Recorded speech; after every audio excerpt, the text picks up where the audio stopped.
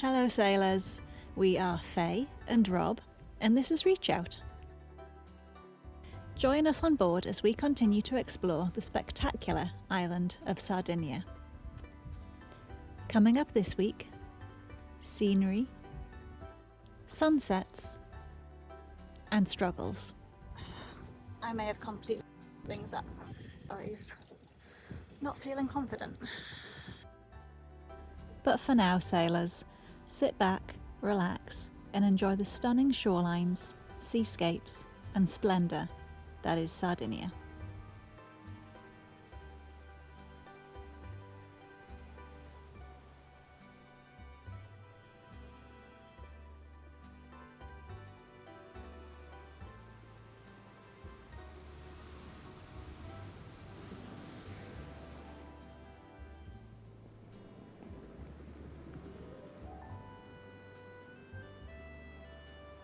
Yui, you a good girl? Yeah! Good morning from Sardinia. We've left our mooring ball, we're heading north. Today we are going 35 miles up the coast to the Passaggio dei Fornelli, the Fornelli Passage, which is like a little narrow passage between mainland Sardinia and Isola Piana, which is a little island. It's a narrow passage and there's a directional light, but there's an opportunity there to practice some back bearings, etc. with the hand bearing compass, so we'll be doing that. And we're just going to anchor on the other side of the Passaggio dei Fornelli. By all accounts, a very large, wide, open, but busy anchorage. Up to 50-60 boats get in there, but it's a vast open space, turquoise clear waters, etc. Anchoring in sand, none of this bloody seagrass. So I'm looking forward to getting there. It's forecast to come from the west later on, and if it gets up to 25 knots, going through the Passaggio dei Fornelli might not be a good idea, given it is shallow and it is an acceleration zone as well. So we'll see when we get up there. As usual, the wind around here does whatever it bloody well wants. But for now, this is lovely, man. Having a nice cup of tea, sun cream's on, had the breakfast.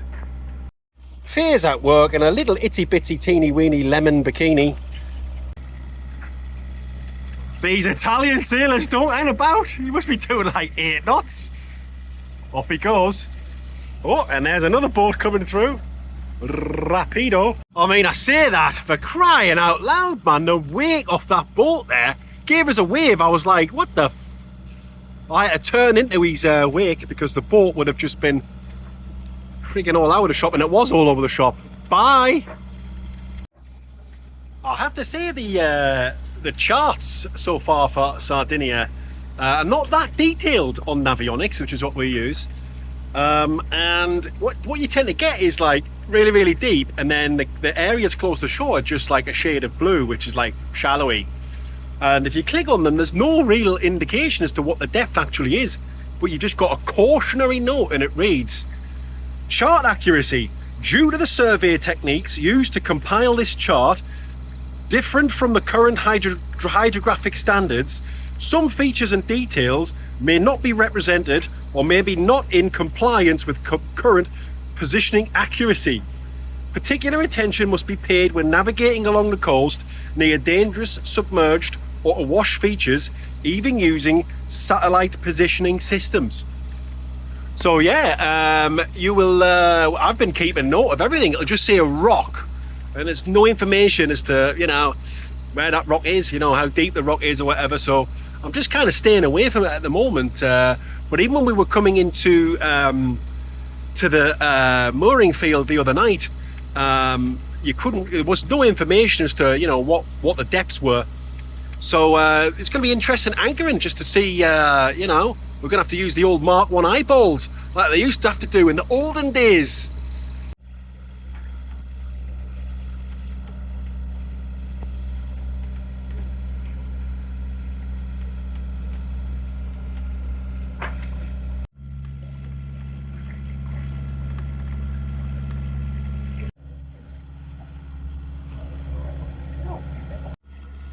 Our boat speed's dropped to 3.9 and the water's gone all spiky. So we think there's quite a significant current coming around this headland. Yeah, from 5.7 knots down to 3.9. Oh, there's two other boats in front of us on AIS. Same thing happened to them as well. And I can just see in the water. I mean, you can't see it on the camera, obviously, but we've got a lot of white horses, and we've got like 8 knots of wind. So we've got the 8 knots of wind blowing the water this way, and then we've got like about a 1.7 knot current coming the other way, and just creating a lumpy sea, really. Didn't expect that, but it is what it is, isn't it?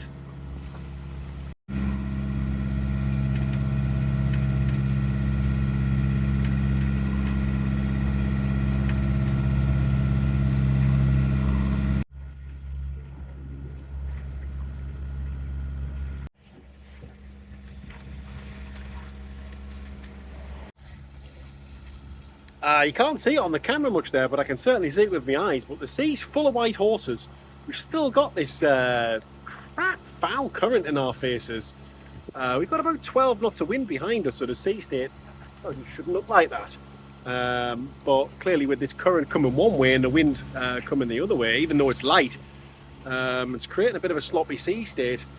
The boats ahead of us have slowed right down to 3 knots, so I can't see this getting any better. I reckon we're doing about 5.7 knots boat speed, but we're still only doing 4.2 through the water. So we might be getting a little bit later than we expected. We eat a lot of nice food on this boat, on the boat, off the boat. In the past we've got a great restaurants and all that. And I've cooked amazing food for Faye at home as well. But few things Faye as excited as a crisp sandwich. Because they're awesome! They are pretty awesome. And they're the nice Spanish crisps as well. Yeah, she's a cheap date, what can I say? Yum yum! Yeah! Well, every day is a school day. A quick Google there showed that there is a southward going current on the west coast of Sardinia.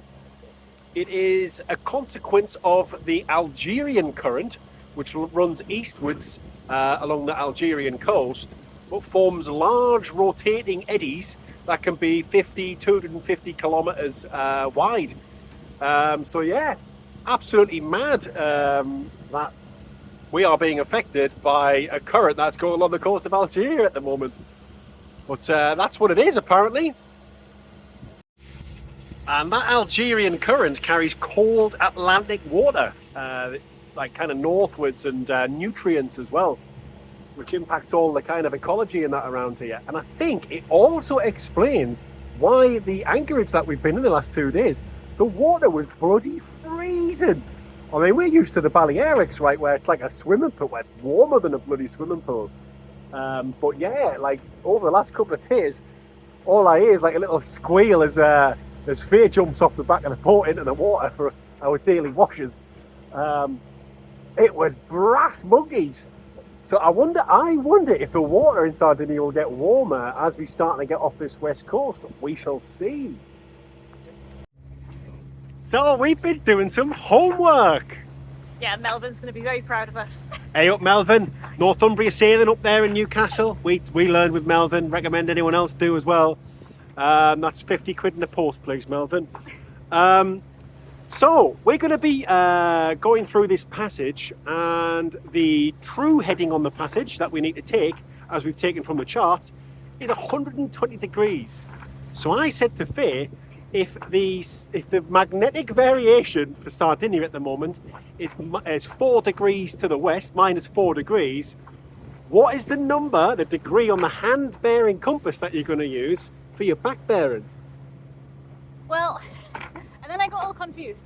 So we're doing 100. So I think it's going to be around well, it's either going to be like 64 or 58.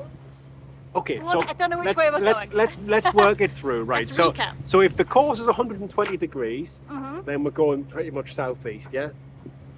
So if you forget the variation, what would the back bearing be if you're going 120 degrees? So if it's 180 degrees behind you, isn't it? There's the clue. This is actually really easy. You've got this, man. I thought I did. It's 300 degrees, isn't it? So if 300. you take 180 off 120, you end up at 300 if you go through Oh the my 0 goodness. degrees, yeah? That's beyond me. So, no, it's not beyond you. You're a day skipper. You're a day skipper. It's not beyond you at all. So, then we got to think, okay, well, what about the variation? Right, so and then you So said 4 degrees? If it's 4 degrees west, when magnetic variation is west, we add it to the true course. Add it. Yeah, so we're going to be looking for 124 is Right. going to be our heading, and therefore the back bearing is going to be 304, which is 180 degrees off that. Okay. Do we need to take deviation into account? I don't know, do we? We don't, because I'm sorry, you've been put on the spot here, aren't you? We don't, because that's why we're using the hand bearing compass. Okay. So your compasses on a boat are also affected by magnetic variation, but also magnetic deviation. Magnetic variation is the difference between true north and magnetic north changing all the time. We just talked about that, it's 4 degrees west.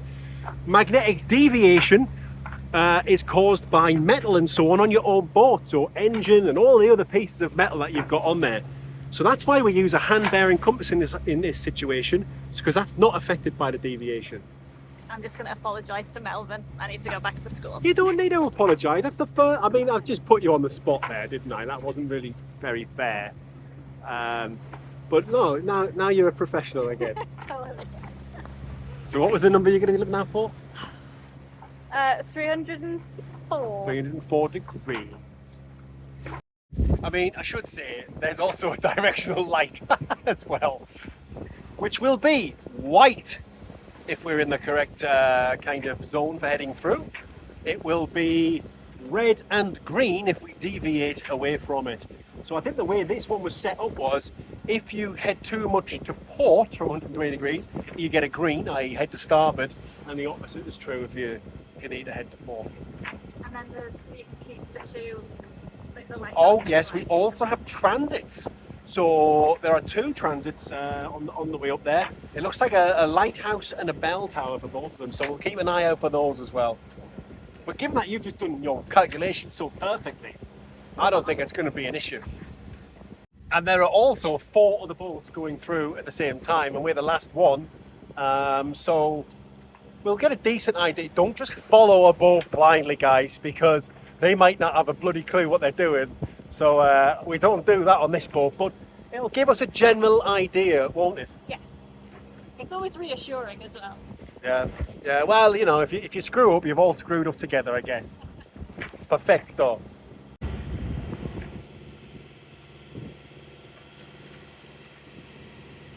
Right over there.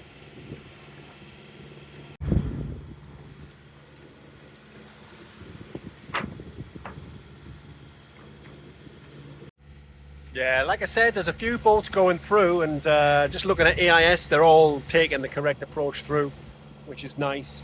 There's a boat about, I don't know, 300 metres in front of us, so we'll see what the crack is with those guys, and they might just be able to follow their track. We'll still do the back bearings and stuff like that, because it's good practice. We're taking the Passaggio dei Fornelli. There is another way through, it would save an hour. It's called the Passaggio Della Pelosa. But like I said before, the chart information is scanty at best. And look, going through there's a large swathe of the chart that says 0 to 10 meters. So it could be 10 meters. It could be significantly less than 10 meters. It's not enough information for us to go through there. So we're going to add an hour up the journey and go the long way around. I can actually see the anchorage though. I can see many masts. But yeah, that was to be expected. And it's the Mediterranean, so we'll find space somewhere. That's the Passaggio della Pelosa, or dei Pelosa. It looks very, very inviting to save an hour. All right, so we're lined up on the first set of transits here. My job as the helm is to keep them lined up. So this is the first set of transits that we'll use to take us into the main passage. And then we're going to be doing our back bearings at 304. Oh, such a great student. And this is where you've got to trust your calculations in your approach, because we're about to go down to 3 meters in depth. Transits are still in line now. The boat ahead of us is right ahead of us, as it should be, and the one behind us is right behind us, which it also should be. So, look good at the moment. How's it looking, Faye? 299, all right.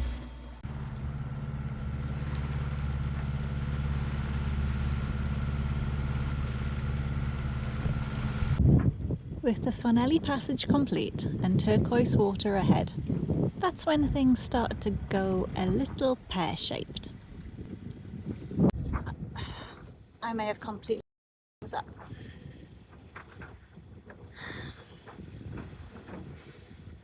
We were coming into anchor and getting everything out of the anchor locker ready to drop, but the clutch on the windlass was really tight. Now sometimes if you just give the push button a bit of a tap to bring the chain up, it kind of releases it. I tapped it, which fully tightened the chain, and now it won't release at all. So Rob's doing what he can. He's dismantling it, though he's not feeling confident. Don't know what our options are if we can't anchor tonight. Rob's currently dremeling through a chain link to see if that will help. If we basically cut the anchor away, keep it attached with its safety line, that might loosen things up. We're talking about going on to Puerto Torres. If we can't anchor, there is a marina a bit closer, just a few miles away. Don't know if they have space. Rob doesn't even know if this solution will fix it, so I might have really things up. Okay. For context, we are slap bang in the middle of high season. Marinas around here can set you back 100 to 300 euros per night. Our plan was to anchor as much of the high season as possible. Any deviation from that plan, and it's going to severely impact our budget.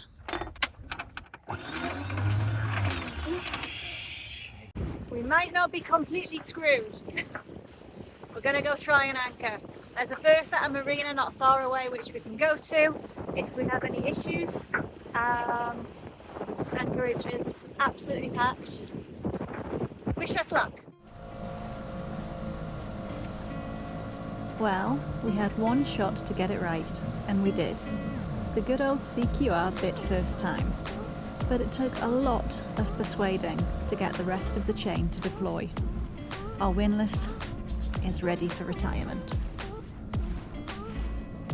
Catastrophe. Well, we got anchored there without any incident whatsoever. The windlass is not happy, but... It's not happy, but we are anchored, and it is fine. A bit first time. Yeah, professional. That made me happy. But yeah, I've gone from, cool, calm, collected, ready for beer, to like, oh my god, I'm minging, sweating. And we've brought, it's quite a long way to the shore with Yui. I've no idea where we are. Do you? No, not clear. Or where we're going. But it doesn't really matter when you've got a dog, because all they want to do is sniff, piss and shit. So please, Yui, do us the honour. 2 or 3.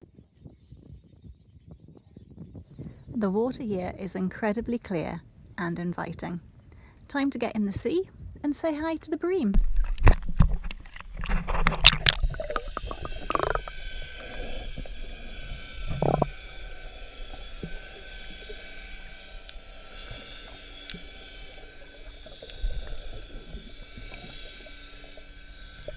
And it's a good opportunity to take a look at our fouling.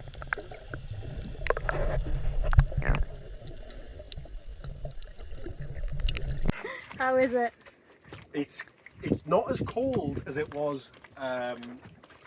It's weird talking on there while I'm cleaning it. Anyway, it's not as cold as it was last night, but it's colder than in the Balearics, that's for certain. But it's refreshing as out, man. Boating is full of highs and lows, and it's easy to get caught up in the downs, the failures, the breakages and delays. Our brains do that to protect us, to keep us cautious. But then you realise that for now, everything is fine. The anchor is set, And the windlass will hold for this one last anchorage. And what an anchorage it is. Time to relax, let go, and enjoy moments like this.